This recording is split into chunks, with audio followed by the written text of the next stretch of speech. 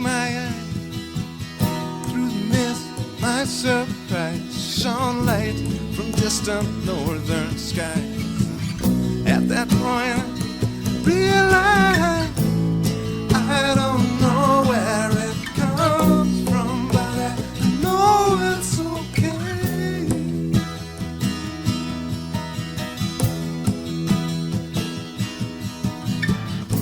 If this is all an illusion, then I'm willing to play.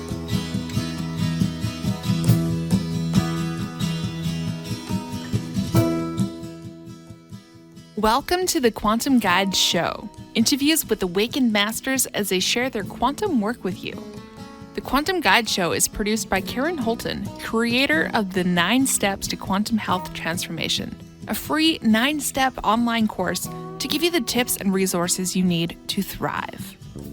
Karen lost and continues to keep off 178 pounds of surplus body weight as she made her dreams come true. Whether you are awakening to the ascension process or simply want a wiser, more efficient lifestyle, this program is for you. No strings attached. The Quantum Guide Show is brought to you in part by Zendome's Orgonite, Karen's unique brand of orgone generators, ethically sourced, handmade, and double charged for maximum effect. Find out how orgone generators work and what they can do for you. Don't be fooled by imitations. Check out Karen's current selection, only available from her website, KarenHoltonHealthCoach.com, and on Facebook, facebook.com/Quantum Health Transformation. Enjoy the show.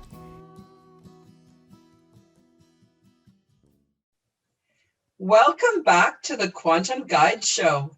Today, our returning guest is Susan Blocker from Virginia, who is going to tell us more about her astral travel experiences and her galactic spiritual experiences and missions.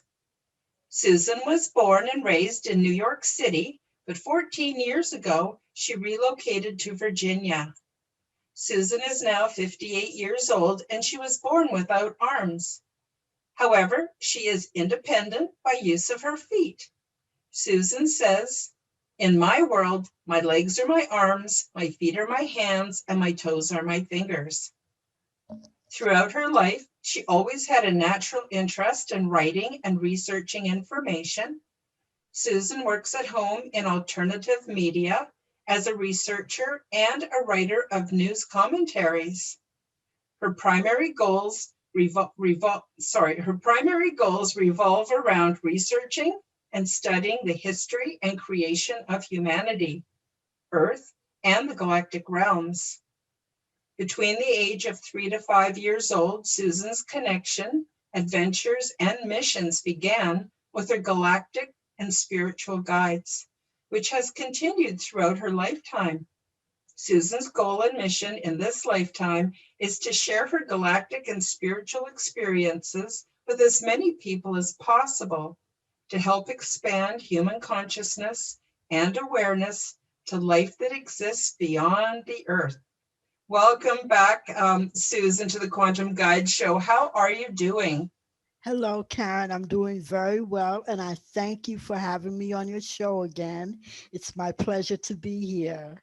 Oh, it's great to have you again. I got some great feedback from our last show, and I just want to sort of remind everybody, if you haven't heard part 1 of my interview with Susan, go back and watch Quantum Guide Show episode 23, and you will get the sort of the information that we're not going to add this time because we're covering new material. So, Susan, I understand you had a new experience in October. Can you tell us about that? Yes, I did. It was October 19th, and I was sitting in my living room, and I was watching a video program. Actually, I think I was watching one of Alfred Lambermont's videos. Yeah. And I remember when I first started, because I was waiting for the maintenance people to come to my house, I remember saying, okay, well, it's now I think it was like 20 minutes after 12, 20 minutes after 12. And I said, okay, I can sit down and wait for the maintenance people to come. And I'm going to sit here and watch the Alfred Lambermont's video. Mm-hmm. And I was sitting there watching it, Karen, and for some reason, something told me to look at the time. I didn't realize how, how far the time had went or whatever. But I noticed that the time, only 10 minutes had passed, according to my clocks. And I was like, wait a minute. No, I know I've been sitting here watching this for at least an hour, How can only 10 minutes have just passed? So I started getting panicky, and I looked around, and I got up and I went to all of my clocks in the house and checked to see what time it was. And actually only 10 minutes have passed according to my clock. But yet and still, when I went back to look at the Alfred Lambermont program that I was watching, the video I was watching, an hour had passed. So somewhere along the line, I don't know what happened. Well, actually, I do know what happened. I lost track of time. Usually that happens to me. When actually I don't know if they, the aliens or galactics or whatever, sometimes they take me. And I believe in that span of time, I don't know how they did it, but they took me. And in reality, I felt that I had lost like at least an hour of time, but it was only 10 minutes of time. And I kept trying to recall in my head what happened, what did I do? Because the only thing I remember is watching the Alfred Lambermont videotape that I was watching. So I don't know where that time disappeared to, but it kind of like frightened me a little bit, because usually if I lose my sense of timing with them, usually it happens in the evening hours when I'm laying in my bed, and I'll lose time and I'll wake up and I'm totally disorientated. But this time I was wide awake when this happened to me. And the only thing I could contribute it to is that they came and they got me, did what they did, brought me back. And only 10 was it, I guess maybe, like, because when I looked at the clock, like I said, only 10 minutes had passed. But yet Alfred Lambermont Weber's show that I was watching had over an hour that I was sitting there watching it. So I don't know that usually it doesn't happen like that. Usually it'll happen where I'll look at the clock and maybe I'll think maybe only 5 minutes passed, but an hour has gone by. So I can, but this time around, only 10 minutes passed, but in actuality, an hour passed that I lost, that I don't even know what the heck happened to me. I don't know if anybody's ever had that experience before, but it's happened to me many times before in my lifetime. But this time it happened when I was wide awake, sitting up in my living room, watching a video on my computer. And I lost the time, and I don't know what happened. And like, it kind of shocked me a little bit, but then again, it didn't shock me, because it happens to me sometimes. But this time it happened when I was awake. Where I lost time like that. And usually sometimes I kind of remember what I've done outside of my body, but this time I have no recollection of what happened. No recollection. Yeah, well, I actually do not only believe you, but I validate your experience, because it's happened to me throughout my life, missing time. And and often before, while I'm getting ready to go do something, like go to a wedding or go to a social event, or go to a funeral or something like that. And for me, it happens quite similarly. I sit down on my bed because I'm getting dressed and I'm putting my socks on or whatever. And boom, 3 hours is gone. Well, the event is now over. So I always have to come up with these stupid excuses on why I never show up to anything. Wow. Yeah. But you have it kind of in reverse, where you sensed you were gone for longer and it was only 10 minutes. But as you know from your experiences, when we go into the other realms, time is not the same. It isn't. Not at all. And when I do extra intergalactic work or exopolitical work, I'm gone for a night. Usually it happens, I'm taken while I sleep. Okay. But I could be gone for 2 weeks, 3 weeks, or a month complete with Yes. going to sleep there, getting up, eating meals. Yes. So it's a really different kind of environment. And if you are now experiencing the missing time again, although I have to say, Alfred Lambermont Weber, he has some really good programming. Yes, he Um, does. I'm actually going to be on his show tomorrow afternoon again. Okay. But he's also one of us where he's experienced the missing time, the intergalactic experiences. It's interesting, but I think because you've had this happen, maybe it's kind of a little signal that more is going to happen, because if we ever needed the encouragement and the spiritual support on earth, now would definitely be the time. Wouldn't you say so? Yes, right now, yes, we definitely need the spiritual encouragement because so much is going on. And I believe a lot of times when I'm going through a lot of emotional things, with things that are happening here now in the world, Yeah. I believe they take me. They actually take me. And I don't, maybe sometimes I won't remember what I've done or what's going on or whatever, but they take me, and I believe in my heart that they are clearing my mind, Yes. because so much is going on and I'm absorbing everything here that Yes. sometimes it gets to a point where it's too much and I need some type of clearing. And I believe in my heart that's when they take me.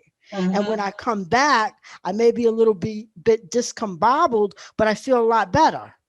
Yes, I would Yes, agree with you. Absolutely. yes, yes, Because your experience and my experience is similar in that we found only benevolent and loving yes, beings.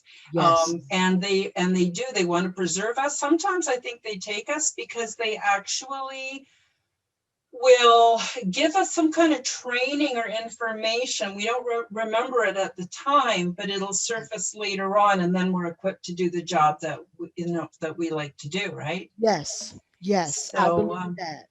so did you have anything else you wanted to tell us about that experience? No, that one was, like I said, usually I've been taken before and I've lost time before, but usually they get me when I am at a rest state, when I'm laying down, resting and Yeah. all that kind of stuff. That's when they usually take me. This is the first time ever that they took me while I was actually awake and, watching a program or something. And Mm-hmm. that kind of like threw me off a little bit because I've never had that experience before. Never. Yeah, well, it's also interesting that it was the subject matter of Alfred Lambermont Weber as well, Yeah. because we're kind of in the same family of experiences. So Yes. Yes. that's really cool. Now, I'm just wondering if you mind if we could move on to a little bit about your process with galactic downloads. How do you receive a download? How do you know it's a download? And then what happens after you get the download? Okay. Well, I've been receiving downloads from the Galactics for many years now. Mm-hmm. At first, I didn't know what it was, but then eventually I became used to it. Um, I usually get the downloads when they usually work with me when I'm at my rest state, when I'm sleeping or getting ready to go to sleep or just waking up, usually between 3 and 5 in the morning is usually when Yeah. they catch me. I guess that's when they really hit me with everything. Mm-hmm. And I know I've had a download because I wake up. When I wake up, my head is Mm-hmm. full of information. I remember bits and pieces of what I'm supposed to remember, but I don't remember everything. Mm-hmm. And at one point, that got kind of frustrating for me because I felt that the information I was being given is something important that usually they want me to share with other people. Yes. And if I couldn't remember everything, then how would I be able to share it with other people? But Mm-hmm. my galactic guides had told me that it's stored inside my brain. And Yes. when I need to, when the time is right and I need to recall that memory, it will automatically come up. And they work with me through my writing. I'm a writer naturally. I love writing. I started when I was like 11 years old. So I Mhm. love to write. And basically what they do is, because I have my website and I write, different articles, commentaries and stuff like that, that's when they'll inject whatever download that they have in my head. Mhm. It'll come automatically out through my writing. Mhm. There have been many a times where I've sat in front of my computer and I'm trying to do some work and I can't get my thoughts together. And I say, please help me to say whatever it is that I need to say. And Mhm. before I know it, Karen, I've written like a mini biography. And then Yes. I have to sit back and say, well, where did all this information come from? Because I have no knowledge of it, no knowledge Mhm. at all. It's just, it's like the words just flow. Mhm. And those are the downloads that are coming in through my writing. Mhm. So that's how they usually get me. And like I said, usually I know when I wake up in the morning, if my head feels full, because at one point I had to tell them to ease up a little Mhm. bit, because the information that they were giving me was very powerful information, very important information that I needed to remember and store in my brain. But at the same time, it was making my head feel kind of heavy and foggyish, and I'd Yeah. wake up with a headache. And I couldn't understand, but I said it's all these downloads that they actually putting inside my brain. Mhm. And basically I asked them to please ease up on it, because I want to remember as much as I can. But they told me basically, you're not going to remember most of the stuff that we give you. There's no way you can. But Mhm. when it's time for you to recall that information, it will automatically flow out of you through your writing. That's Mhm. that's the message that they gave me as far as the downloads go. So a Mhm. lot of times when I write articles pertaining to the galactics and what's going on, it's basically their information coming through me through my writing. Yes. Now, Yes. do you I've heard other people and I myself experience that when I don't do the writing or produce the content that I've been given, I get a feeling like anxiety. And I've heard other people say this, whether they're channeling from beings who are from Earth that have passed on or Yes. other sources. I find that I feel so much better after I get it out. It's like I can't explain it. It's just such a relief to get it out. And then I know if I start feeling that way, well, maybe it's because I haven't been sharing the information the way I should. I don't know. How do you feel about that, Susan? Well, with me, thank goodness, I haven't had that feeling before. Mm-hmm. Usually because I think I've asked my guides to please ease up on me as far as the Yeah. information goes. Because I even went as far as to get a miniature tape recorder. So whenever they gave me downloads, I would have my little miniature tape recorder right by my bed, so that I can record whatever it is that I remember, because Yeah. I was losing information, and a lot of the information they wanted me to share was very important. So I felt that, if I could record the messages, or at least some of what I remember, that would Mm-hmm. help. But then, no, that didn't work too well, because usually after I wake up, remember that they downloaded some information in my head, I would be too tired, too Yeah. exhausted to even click on that tape recorder. I would just fall back to sleep, because a Yeah. lot of times the downloads make me very tired as well. Mm-hmm. Yes, I get very tired sometimes. Oh, that doesn't surprise me because you have to hold very high level frequency and energy to be able to do it. Yes, yes, So yes, that doesn't surprise me at all. So yes, good, yes. good way to describe it. I'm wondering now if you could tell us a little bit about your continued connection with your galactic family. Okay, well, I know that they are nearby. I don't know how nearby, but they are nearby. I can feel Mm-hmm. their presence. Mm-hmm. Since I've been here on Earth in this lifetime, um, I've had I've been given actually like 3 or 4 chances where I could actually leave here and go Mm-hmm. back to my home planet. Mm-hmm. Um, each time I refused. And the reason is because I'm an animal lover, and I have two, well, not two cats anymore, but I have one cat and I have a tortoise. Mm-hmm. I want to bring them with me, but I know I can't bring them with me. So Mm-hmm. I've been refusing when they take me back to the central sun, to the inside of the sun. I'm not usually going directly in there, but usually they'll take me directly there, and it's like an opening, like a, what do you call it? What do you call it? A portal or a Portal. vortex? Thank you. A portal. Mm-hmm. It's a portal. I'm standing in front of the portal, and they're giving me the option of leaving and coming back to Mm-hmm. where, to going home. And each time I've refused them because of my ties here on Earth. I'm not just the animals, but I have family and friends here that I'm not ready to leave. Now, Mm-hmm. the last time they did it, it was very interesting. What they did is they allowed me to go on the ship, my Mm-hmm. family ship. And I was very surprised about that, because that was the first time they allowed me to go back to my family ship. And all of my family, my galactic family, greeted me. And it was interesting. I guess they wanted me to feel as though I was here on Earth. So they wanted to make me feel comfortable. I don't know. Maybe that's the only thing I could think of. But they actually had bunches of presents set around. Oh. I mean, and the thing about it, the presents weren't real. They Mm-hmm. were holograms. They were holograms. Mm-hmm. But they set it up nice and neat and everything. And, because they knew that this is what we do down here, give presents and stuff like that.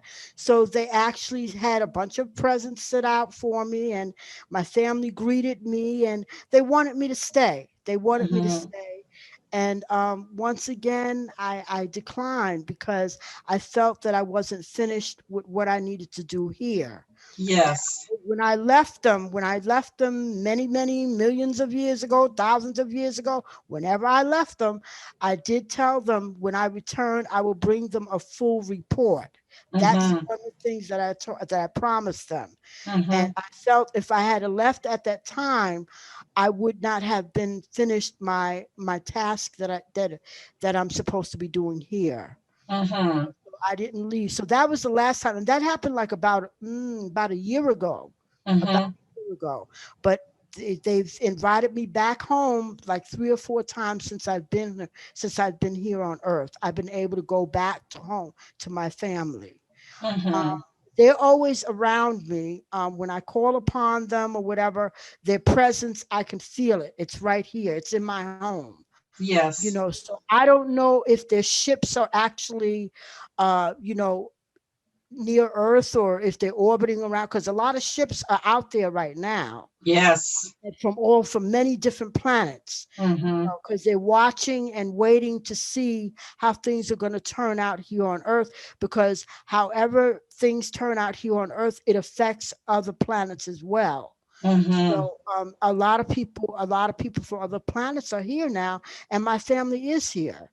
Mm-hmm. I don't get to see them every day, but every once in a while they'll snatch me up, and they'll ask me, you can go, you can come back now. You don't have to stay if you don't want to. Mm-hmm. But I'm still dedicated to what I need to do here until I finish my task here on Earth.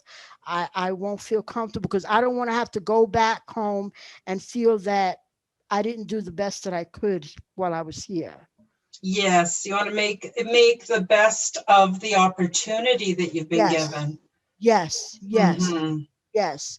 And my time here, I want to be able to see all of humanity free from this enslavement that they're in. Mm-hmm. Once that happens, if maybe I'll leave before then, I don't know. I can't say what can happen to my physical body or whatever, but I plan on staying until everything is okay here on Earth. Mm-hmm. Mm-hmm. That's the way I would hope it would end for me here. Mm-hmm. Yes, Mm-hmm. That's yes, that's awesome. yes. Um, so getting back to your off-world experience, I understand you spent some time on a galactic medical ship.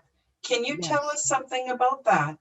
Okay, well, prior to me going on the medical ship, about a year before the ship actually came, um, I've had like a premonition or a viewing or seeing of a ship actually landing in my apartment complex parking lot, Mm-hmm. and I didn't think anything of it at the time, but usually when I have premonitions like that, it usually means that it's going to actually happen. I just don't know when, because Mm-hmm. I have premonitions about a lot of different things and they come true maybe a day later or maybe 3 or 4 years later. Yes. So, like a year before that happened, I actually had a premonition that a gigantic ship, was actually going to be landed or hovering over my apartment complex, and I was going to be interacting with that ship. Mm-hmm. And then one night, it was during the summertime. I remember I was laying in my bed and I wasn't sleeping yet. I was just kind of looking out the window, looking up at the stars and thinking about my home and so forth, like that. Mm-hmm. And out of nowhere, the next thing I realized, Karen, I was outside of my apartment complex and this big gigantic ship was hovering over the apartment complex. Like I said, I don't even know how I got outside. I have no idea. Mm-hmm. Um, I was standing underneath the ship, and big bright lights was beaming down, and I first thing I'm thinking to myself was, how did I get out here, and am I standing out here with no clothes on, because it was summertime. So Mm-hmm. I'm a nudist. I sleep with no clothes on in the summertime. I'm in my house privately or whatever, and the first thing I'm thinking about is I have no clothes on, I'm outside, and I'm wondering if anybody's seeing what I'm seeing. Basically, after that happened, a galactic being came to me and said, "You're okay. Don't worry. Don't be afraid." Mm-hmm. The next thing I know, I was lifted onto the ship. And when I got on to like the entrance of the ship, I was able to turn around and I saw that there were other people behind me. Now, Mm-hmm. I don't know if these people lived in my complex or if they were from the neighborhood. I don't know who these people were, but they were all behind me getting on the ship. Mm-hmm. Um, each person that entered that ship was greeted and escorted by their own particular galactic guide. Mm-hmm. My galactic guide was a very tall woman. She was beautiful. She had on like this purplish, bluish one piece outfit, Mm-hmm. and it covered her head and it covered her feet. The only thing you could see is her face and her hands. Everything was covered in purplish, bluish, this like tight, what is it, skin tight, purplish, bluish one piece suit. Mm-hmm. And when I got on the ship, I remember I knew it was a medical ship because it was spick and span clean. You can lick the floor. It was just immaculate. It was beyond immaculate. Mm-hmm. And she guided me down the hallway of the ship. And me being me, I was looking at everything. I looked in the rooms. It looked like a hospital. Actually, it looked like a hospital ward Mm-hmm. inside the ship, and it had lots of rooms, and each room a patient was in there. And I looked inside one room, and one room had a bed and a patient was in there, and they had like a big screen TV that they were watching. It had like a miniature couch there, I guess, for like somebody else to sit there. But every room that I passed, there was a patient sitting up in that room, Mm-hmm. and none of them was scared. They were having a good time. Mm-hmm. Nobody was afraid. It was beautiful in that ship. That ship was gorgeous, gorgeous, gorgeous, gorgeous. The area that they had to take me to was in the back of the ship, So we had to walk all the way to the back of the ship. I got to the back of the ship. They led me into a room, and the room that I had to go into, it didn't have like a bed or a couch or a TV or anything. You know what it reminded me of? It reminded me of a dentist's office. Oh, yeah. That's what it reminded me of, because it had a chair that looked like a dentist chair, one of those chairs that you sit in when the dentist is getting ready to do work in your mouth. Yeah. They asked me to sit down in the chair. Well, actually, she asked me to sit down in the chair. And she kept telling me, we were speaking telepathically to each other. Mm-hmm. No, it wasn't anything where I was speaking through my mouth or anything. No, everything was telepathically. She reassured me I'm okay. Everything is going to be fine. Sit down in the chair, just relax, and you'll be fine.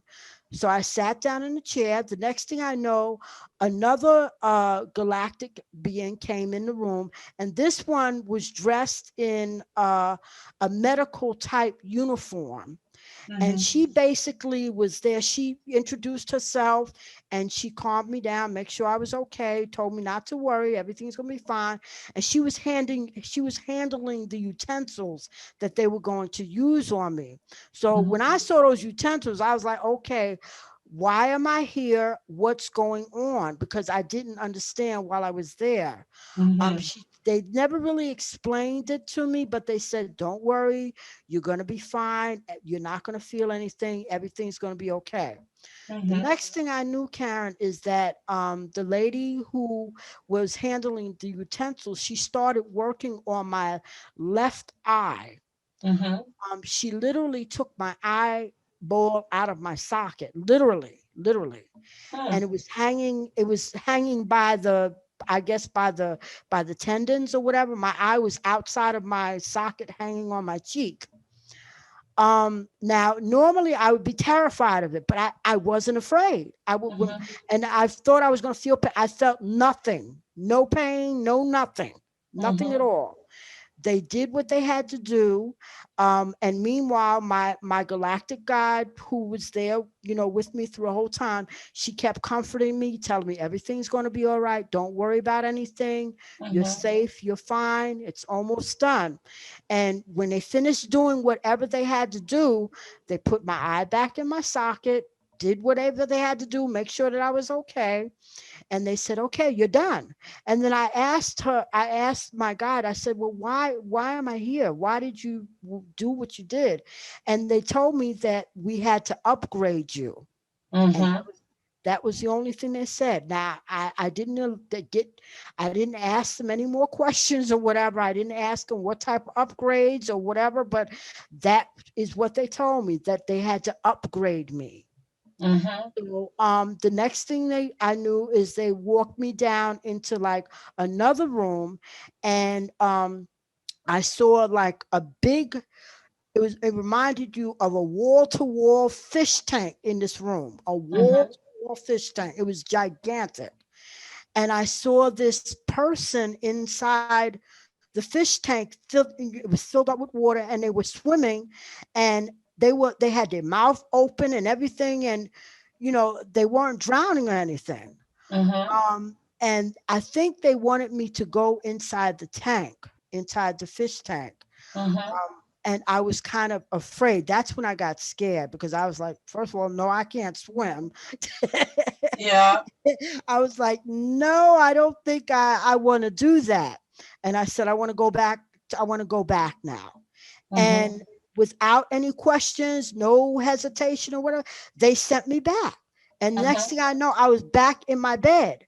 Mm-hmm. And when I got up out of my bed, I was totally disorientated again, totally, Mm-hmm. because I remembered what everything that happened to me, but at the same time, again, when you're on that ship and then you're being back down to earth again, everything is you're kind of confused. Yeah. So I got up and I went to my front door, because I thought, maybe I walked out the door and left the door open. I mean, I didn't know what happened, but they didn't take me through the door. They must have just took me through the building or something like that, because my door Mm-hmm. was locked, no windows were open, everything was closed, everything was as it was before I left. So that experience was the biggest experience I've ever had as far as being on a medical ship. Mm-hmm. And like I said, they said that they were giving me an upgrade, some type of upgrade. I don't know what the upgrade was, but well, maybe kind of I do, because I started having, after the upgrade, I started having what do you call it? Another ability Oh, where yeah. I could actually see with my eyes closed. Mm-hmm. First time that happened to me, it scared the daylights out of me, because I was in the bed getting ready to go to sleep, and I had my eyes closed, but I could see everything going on in my room. I could Mm-hmm. see the TV, I could see the curtains, I could see my cat, and I got scared. I opened my eyes. I said, "Wait a minute! I got my eyes closed, but I'm seeing through my eyes." Mm-hmm. So I closed my eyes again, and I closed them tight this time to make sure I could feel them closed, but I could still see everything in my room, everything. Mm-hmm. Mm-hmm. So I don't know if that upgrade with what they did with my eye, one eye, the left eye, was for me to be able to see with my eyes closed. I don't know. But ever since then, I'm able to see actually with my eyes closed. Mm-hmm. So now, I don't know what the purpose of that is, but it's interesting. Now, when it happens, it doesn't scare me as much as it did when it first started happening. Yeah. I accept it more now. It's kind of annoying a little bit because I'm still human. I'm a galactic human, but at the same time, I'm still human, and I still want to go to sleep. And when I Mm-hmm. close my eyes, I want to, see darkness so I can go to sleep. I don't want Mm-hmm. to necessarily see everything in my room. Mm-hmm. So sometimes it happens to me, and sometimes I'll just go to sleep and I won't see anything. But a Mm-hmm. lot of times I have my eyes closed and I can still see what's going on. Mm-hmm. So that's the only thing, that's the only upgrade from that particular trip on the medical ship that I could think of that they gave me, is being able to see with my eyes closed. Mm-hmm. And for what reason they gave me that ability, I have no idea, Karen. Well, I've got an idea. I just want to touch on two things from what you just told us, Yes. which is really interesting. One time when I was on the big ship, Hmm. only one time though, Hmm. there were, like you described, giant fish tank. Like this was Wow. like really thick plexiglass or Yes. something, and it was definitely like what looked like water. And there were Yes. some beings that lived in that, and they had no trouble breathing. And I found out later that Yes. their oxygen content within the fluid, it's not really water, I'm not sure what it is, but the Okay. oxygen content is actually the same as what we breathe here on Earth with our gas atmosphere. Wow. And what's interesting is they wanted me to go in and spend time with these beings, and I don't remember if I did or not, but apparently our lungs can also act as gills. And so Wow. there is a good chance that that is a very similar thing, what happened to you as what happened to me. Yes. Yes. And Wow. yeah, I know the The coincidences and the coincidences. synchronicities are amazing, and it really helps us to have courage. Um, Yes. Now, about the seeing with your eyes closed, I've been given the same upgrade. And No. yes, I kid you not. And in the Wow. beginning, it was unsettling because sometimes I don't want to see. That's why I have my eyes closed. Yes. Yes. And, but apparently, it's to help us with remote viewing. That's what it's to help with. And so Really? over time, I think that you'll be able to see things that are huge distances and in different times than what we experience. But I just Wow. thought that's so interesting that you've had some very similar experiences to me, and it makes me happy because Yes. it's hard for us to find each other in this world where so many people are not wanting to validate, what our experiences are. Yes. Yes, Karen. So, That makes me so feel I think so that's good. wonderful. Yes. Yes. Thank goodness I'm not the only one then. Yes. No, not at all. And so many things that you talk about are very similar to my experience. So I think this is how it's done. And we're forging the way, telling other people so that they know what to expect when it happens to them. Or some people, it's happened to them and they just think they're crazy because there's nothing that supports us in this world, really. Nothing. And Nothing. when they hear us talk about our experiences, it makes them rejoice because they realize, yeah, they're part of something fantastic. Yes. Yes. Really, they are. Really, Yeah, it's amazing, Karen. It really is. it is. It's beyond, I don't know. We couldn't have made this stuff up. Like, No. it's the real is so interesting, isn't it? Yes, it is. It really is. And like I said, I'm so grateful that I was able to get in contact with you because our similarities, it validates what I've been going through. Yeah. Because, I can't really talk to anybody about this stuff because they don't understand, you Well, know. they don't have it in their experience, so they can't understand. And then, of course, we've been, society has made it look like there's something wrong with us for having these experiences. Yes. Meanwhile, the secret, whatever, space program or whatever, government branch, they've Oh, yes. experienced all of this. They just don't All of want to this. share it with us, right? Yes, yes. They don't want. I've read up a lot about the secret space program, and the things that they've experienced really validates everything that you and I are talking about. Mm-hmm. It really does because they've experienced a lot of different things, Mm-hmm. and yeah, yeah. Yeah. Now, Hmm. Now, I'm wondering if we could move a little bit into the off-planet mentoring program. What exactly is the off-planet mentoring program, and who gets to be involved in that? Okay, well, the Off Planet Mentoring Program, I was involved in that. And it took me years of training here on Earth and off planet to be accepted into that program. I didn't ask to be accepted into it. It just something that happened, Mm-hmm. where they told me, you need to start going to bed before 12 o'clock at night, because usually I'm up sometimes watching TV or whatever. You need to start going to bed before 12 o'clock at night because we're going to have you on doing certain types of missions that you need to, be able to, you have to be in a rest state in order for us to come and get you. Mm-hmm. So Mm-hmm. one night, I was busy watching some horror movie marathon, and Yeah. I was watching the time and I knew it was after 12 o'clock. And I said, okay, let me click the TV off and go, lay down and try to rest. Well, no sooner I laid down, Karen, no sooner I laid down, I was off planet just that quick. I hadn't Mm-hmm. even had a chance to close my eyes good, but they Mm-hmm. snatched me up just that quick.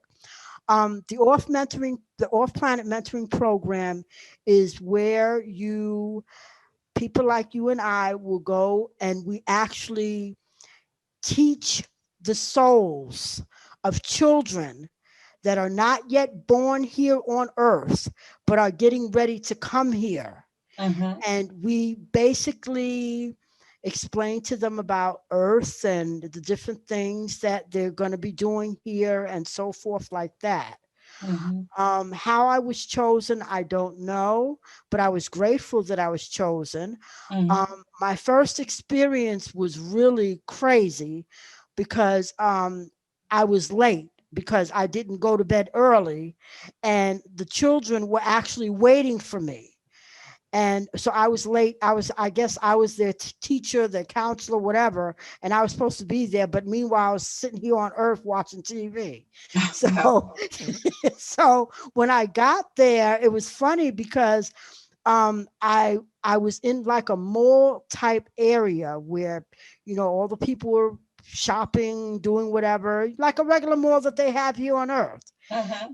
And I saw this security guard, and he had one of these, what do you call it, hover type scooters. Mm-hmm. So I knew where I was supposed to go, but I didn't know, I didn't think I would be there fast enough if I tried to do it on my own. So I asked him if I can borrow his scooter to get to where I had to go, and he Mm-hmm. told me no. he was one of the mall security people. He told me no, but I will take you where you got to go, but no, you can't borrow this. No. So I got on his scooter and we hovered. I mean, we went outside the building and the thing hovered like, wow, it was like we were way up in the air, like way up in the sky. Mm-hmm. And I was able to look inside the buildings and everything. I was just being nosy. I was Mm-hmm. look inside the people's buildings and stuff like that. And he got me to where I needed to be. Mm-hmm. The children, see, off planet school is different than it is here on Earth. They don't teach inside classrooms. No, we were outside. It was beautiful out there among the scenery, the grass, the trees, the sun. It was gorgeous. When I got there, the children were very happy to see me. And they were delighted that I got there because they were sitting down waiting. It must have been about maybe about 10 children. Mm-hmm. I apologized to them for being late. I apologized. And they just giggled it off and laughed and everything. They thought it was funny that I came in, flying in with this guy, security guy on his scooter. So that was something interesting to them. They thought it was really funny. But basically, when I got there, they wanted me to teach the children about, what do you call it? These replicators.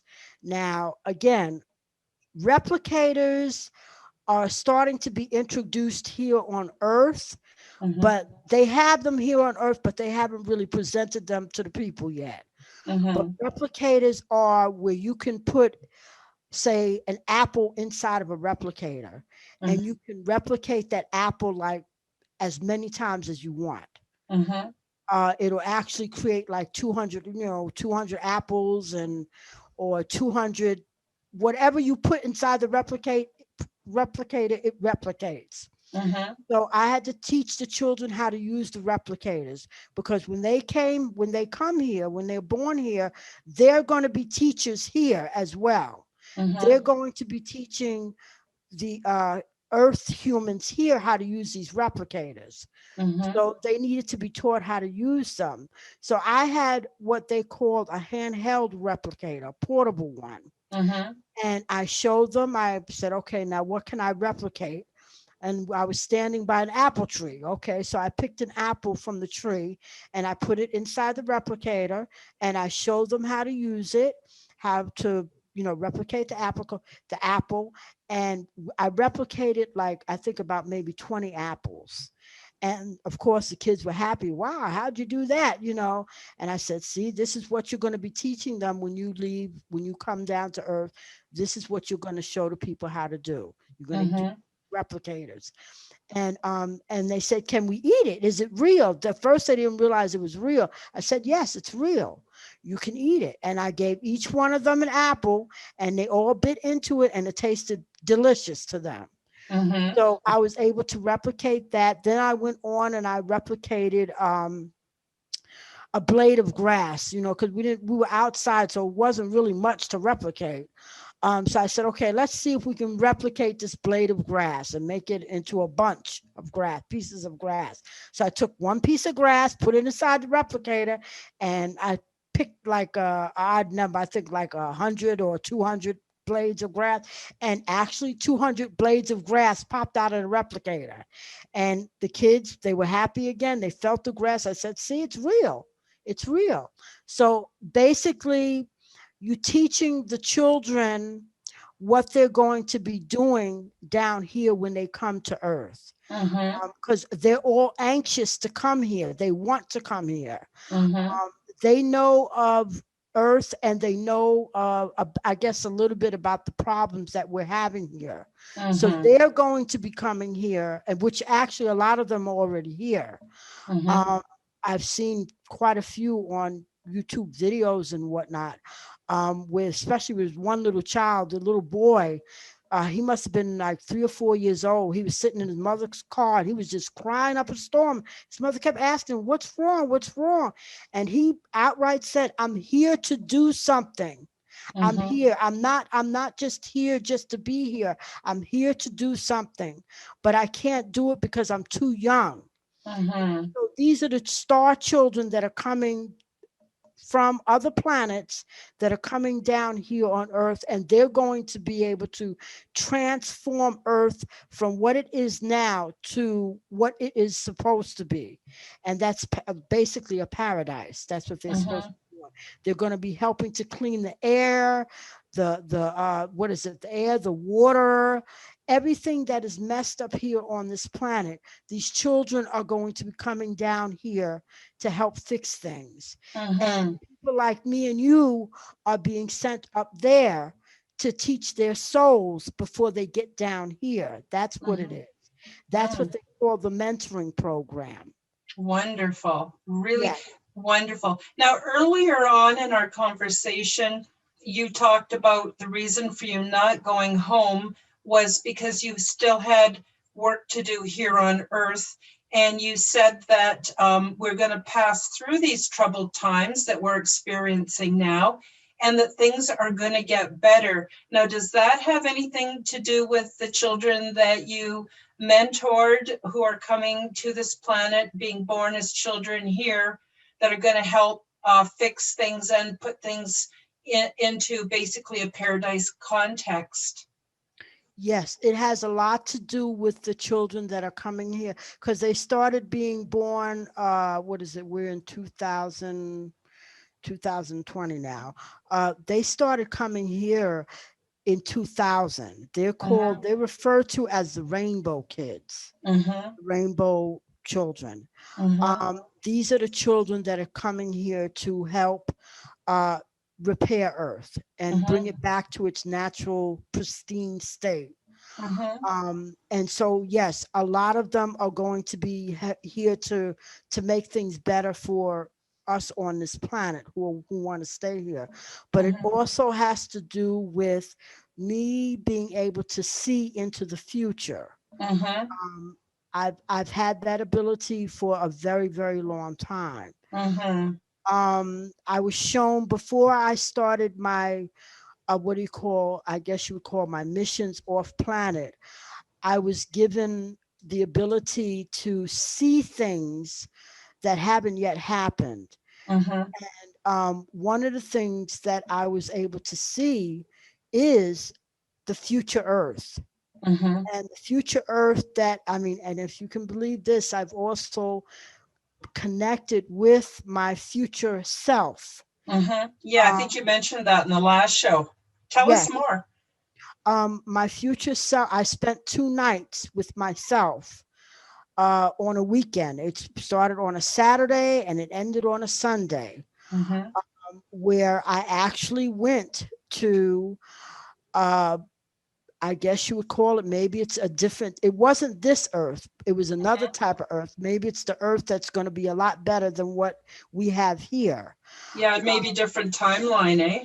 Yes, maybe even a different timeline. Mm-hmm. Um, I wound up at this person's house. Um, the person wasn't there when I got there, so I was being polite and I was going to wait outside. But then they told me, no, go inside the home. So I went inside the home and I stood right by the doorway because, I didn't want to intrude on anybody's privacy or anything like that. So I just stood there and I was observing everything that was going on in the house. And this house looked very futuristic. Mm-hmm. It wasn't like what we have here on Earth. It was a living room, kitchen, a bedroom, and it didn't have a lot of furniture. Mm-hmm. Off planet, well, I know where I come from, even in my home planet inside of the sun, we don't have a lot of furniture, a lot of clutter, or anything like that. Mm-hmm. We manifest things as we need them. And Mm-hmm. then when we finish with them, we automatically put it away. So it's not a lot of stuff all over the place as it is now. I'm pretty sure if my galactic family sees how I'm living right now, which is like a regular home that any Earth human would have, they would probably call me a slob right now because Because of the stuff. because of the stuff, because we Mhm. don't have this stuff up there. This stuff doesn't, we don't need it like that. We don't need to Mhm. have it out all the time. But anyway, I waited for a little bit, and all of a sudden this woman comes into the house and she says, "Hi, Susan." And I looked at her, and it was me. It was Mhm. me, Susan. It was, I mean, she looked just like me. Mhm. She was dressed in like a lab coat. And the funny thing about it, she didn't have arms either. Oh, So interesting. that was very interesting. Very interesting. She had no arms, but she was very independent. I mean, she did everything that I do. Mhm. And we spent time in her house. She's getting to know me, and I got to know her. And she is me in the future. Mhm. That's what I can see. She's me in the future. I spent time with her in that house, and then we went outside, and she owned all of her property that she had. And she had enough property to own, what do you call it? An animal clinic. Mhm. She had a hospital that took care of babies, adults, teenagers with physical disability. Now, this is funny because these are all of the things that I wanted to do here on Earth Mhm. that I did not get a chance to do. Mhm. But she had already established it already. It's already done. Mhm. And okay, so the first visit was surveying her property and talking, getting to know each other. Then, when it was time for me to go, she said, "I will come back tomorrow and I will show you where I work at." Mhm. Okay, so the next thing I know, I'm back in my bed, sleeping again, and I'm trying to, reminisce about everything that happened because it seemed impossible that I could actually spend a whole evening or a day or whatever with myself. That Mhm. I've never had that experience. But the next night, which was Sunday night, when I went to sleep, I didn't even think about being taken back to where I was. Mhm. Sure enough, I was back to where I was. Mhm. She greeted me again. This time I met up with her at her medical facility, which was actually on her property. She Mhm. owned the whole building, the whole everything. This was all her. Mhm. And she was taking care of children, elderly, people of all different types of ages, from age baby on into the elderly age. Mhm. And these are people who basically may have had family, but the family wasn't able to take care of them. She provided services for them, ongoing care for them, whatever they wanted. They had everything, Mhm. no charge, no nothing, because again, off planet, money doesn't exist. Mhm. So there Mhm. was no money. Everybody who worked there, she had a staff, everything. Everybody who worked there didn't get paid. There was no money exchanged. But Mhm. again, we're off planet, so they can manifest anything they want. So there's Mhm. no need for money. So basically, she gave me a full tour of her whole building, the medical facility, and she showed me, what they do for activities. And she said, when they get older, if they feel that they want to move out on their own, get an apartment, we have Mhm. enough land where we can give them their own apartments and they can live independently or whatever. And it's all free of charge. There's no charge, nothing. Mhm. Everything they need is provided for. If they can't function outside of the hospital, we provide for them inside of the hospital, anything they need. And it wasn't even like a hospital setting. That's the thing about it. It Yeah. was more like a homey type setting. Mhm. And the people that worked there, it wasn't a job to them. They enjoyed being there. Yeah. They enjoyed helping the people. It's not like here where, oh God, people got to work 9 to 5 and they can't wait till 5 o'clock so they can go home. No, these people were happy to be there. Yes. You know, it was a totally different type of environment. Then she took me to her center where she has what do you call it? Where she had where she takes care of animals. I'm an animal lover. That's something I've always wanted to do. Care for Mm-hmm. every animal in the world and you know, heal them if they're sick or whatever. She was already doing that. Mm-hmm. And she had like I said, the place was like a hospital setting for the animals, but the animals were well cared for. She had a lot of staff working with the animals. Like if they broke their legs or whatever, they had like a pool that they can go to exercise their legs. And I mean, it was amazing. It was beautiful. Mm. It This woman sounds had her stuff amazing. together. Yes, she had her stuff together. And I keep saying, when I get old enough, I want to be just like her, Karen, for real. Yeah. For real. Yes, because this is me in the future, Mm-hmm. you know, and spending that time with her, it gave me encouragement and it made me feel a lot better about being here because Yes. I know that a part of me is on another planet doing everything that I want to do here. That Yes. for whatever reason, because we're so oppressed on this planet, I can't do it here. Mm-hmm. Not happening here. But at least I know because we are multidimensional people, we Mm-hmm. can be in more than one place at one time. So I believe I was spending time with my multidimensional self. Mm-hmm. And that's not the first time that I've spent time.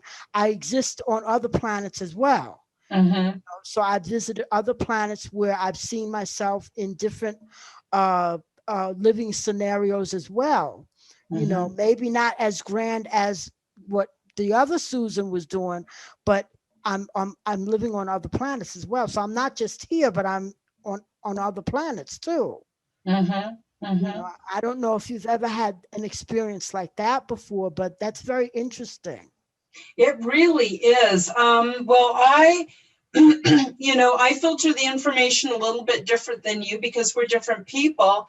Yes. But I definitely believe there are other Karens on other Earths I believe in a multiverse. So there's the universe multiverse, which is unlimited copies and permutations of this world. And Hmm. then I also believe in an omniverse, which includes all the spirits and everything. Yes. So yeah, it's totally believable, and it matches very closely to a lot of what I've experienced. Now, Yes. Susan, our time is starting to run short. It always goes by so fast I when you're on the know. show. I'm wondering if you have a message for people for today, or anything you can tell people to encourage them, to help them to know that the problems we're seeing are temporary. We don't know how long they're going to last. But I'm Yes. wondering if you have anything you want to say in closing that's of encouragement to the viewers of this show and to everyone else. Okay. Well, the best thing I can think of to say, Karen, and to your audience is this: whatever we're going through right now is only temporary. It's only Mm-hmm, temporary, and you have to kind of look at it as a movie, as you're watching a movie. mm-hmm, You're a part of it, but you don't have to. What is it? You don't have to let it engulf mm-hmm, your life, because again, it's a script being played out mm-hmm, basically. mm-hmm, um, and we have to go through it basically to help awaken a lot of people that are not awake yet to the truth of mm-hmm, what's really going on.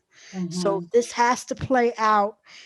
It may be a little bit uncomfortable for a lot of people, but we have to go through it in order to get to the other side so that we can be free from all of this nonsense that's going on here. Um, Mm-hmm. there's really nothing to really be afraid of, because you have to kind of look at it as a movie, basically. Mm-hmm. It's a scripted movie that we're actually living through right now. Mm-hmm. And everything is, there's a lot going on behind the scenes that we're not aware of, or some people may be aware of. But there's a lot happening behind the scenes that's very, very good. But Mm-hmm. in order to start waking the people up, they have to see the what is it? They have to experience the chaos in order to wake people up.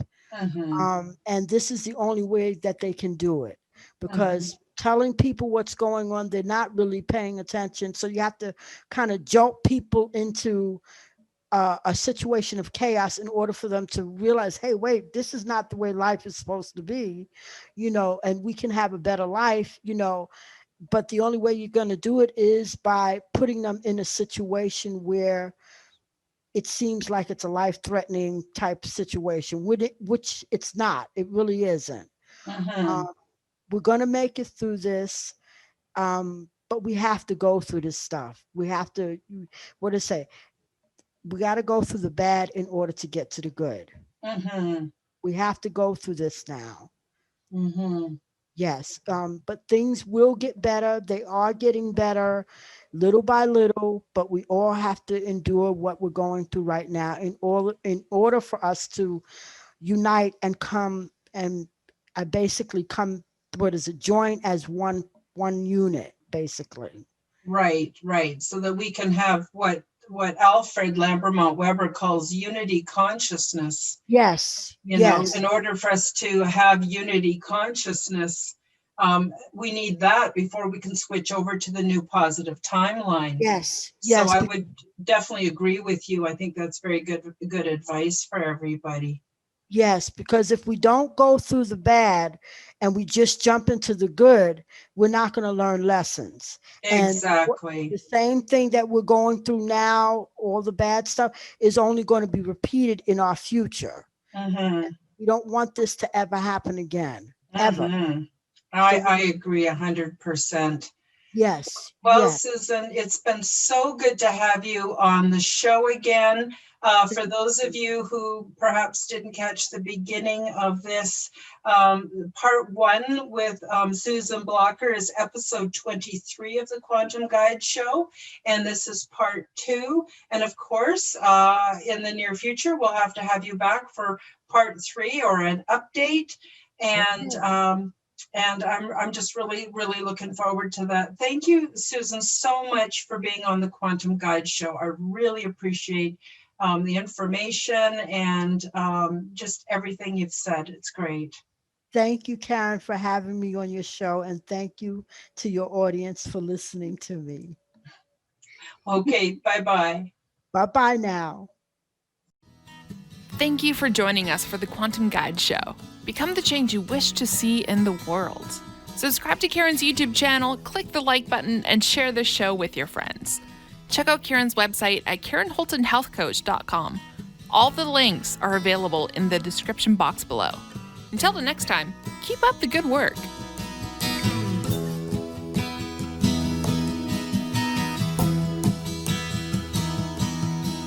Surrendering to endlessness puts all my inner strife to rest. For time gives birth to hurriedness. It all makes sense, well, more or less. And the sages put me to their test. With heart and soul, I do my best to find the answers to my quest. I wonder and I must confess, I don't know where it comes from, but I know it's okay.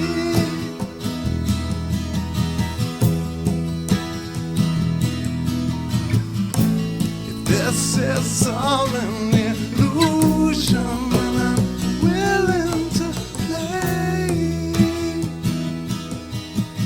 play, play, play, play.